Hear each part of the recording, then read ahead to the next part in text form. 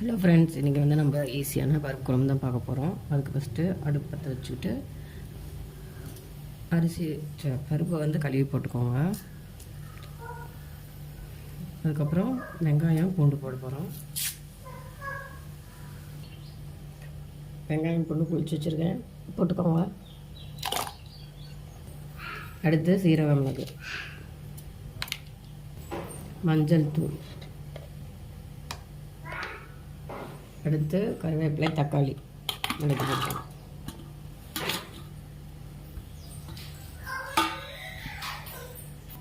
அடுத்து பெருங்காயத்தூள் போட்டுக்கோங்க. இப்போ நம்ம குக்கர் வந்து மூடி வச்சிடலாம். 4-5 விசில் விடணும். ஃபஸ்ட்டு விசில் எல்லாம் போட்டுட்டு அதுக்கப்புறம் விசில் போடுங்க. ஏன்னா நம்ம ஆல்ரெடி அடுப்பு பற்ற வச்சுருக்கனால இப்படி பண்ணிக்கோங்க. ஒரு 4 விசில் வரட்டும், அதுக்கப்புறம் நம்ம ஆஃப் பண்ணிக்கலாம்.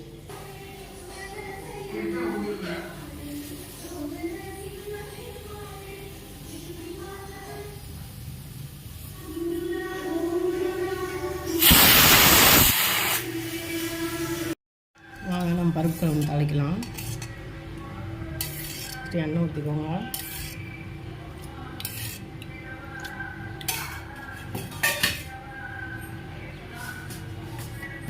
நல்லா எண்ணெய் காஞ்சதும் கடுகு, உளுத்தம்பருப்பு, கடலைப்பருப்பு எல்லாம் ஆட் பண்ணிக்கலாம். எண்ணெய் காஞ்சதுக்கப்புறம் போடுங்க. எண்ணெய் நல்லா காஞ்சிடுச்சு, போட்டுக்கலாம்.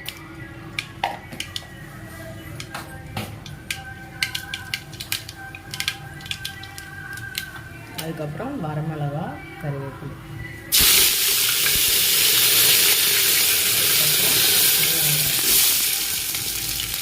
சின்ன வெங்காயம் போட்டுக்கோங்க. நல்லா வணங்கட்டும். கேரட்டு, முருங்கைக்காய் போடலாமா? நல்லா வெங்காயம் வணங்கினதுக்கப்புறம் கேரட்டு, முருங்கைக்காய் நல்லா போட்டுட்டு வணக்கி விடுங்க. நல்லா போட்டு வணக்கி விடுங்க.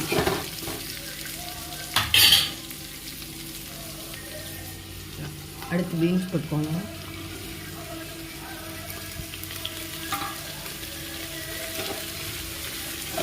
எல்லாத்தையும் நல்லா வணங்கட்டும். அதுக்கப்புறம் கடைஞ்சி வச்சுருக்க பருப்பு ஊற்றலாம்.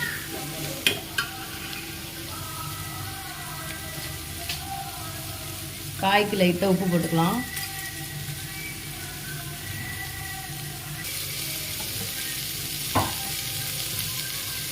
அடுத்து நம்ம கடைஞ்சி வச்சுருக்க பருப்பை ஊற்றிக்கலாம்.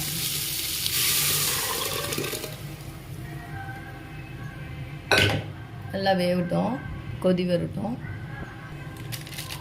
சாம்பார் பொடி போட்டுக்கோங்க.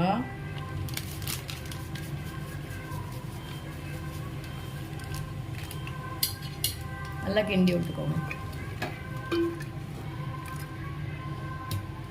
குழம்பு கொஞ்சம் கெட்டியாக இருக்க மாதிரி இருக்குது, அதனால் கொஞ்சம் தண்ணியாக ஆட் பண்ணிக்கிறேன்.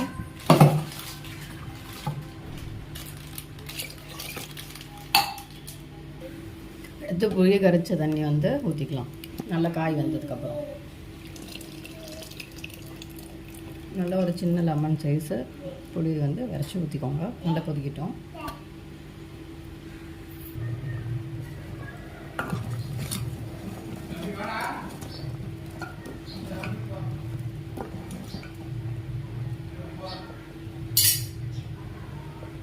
நல்லா காய் வந்ததும் கொத்தமல்லி போட்டு இறக்கி வச்சிடலாம்.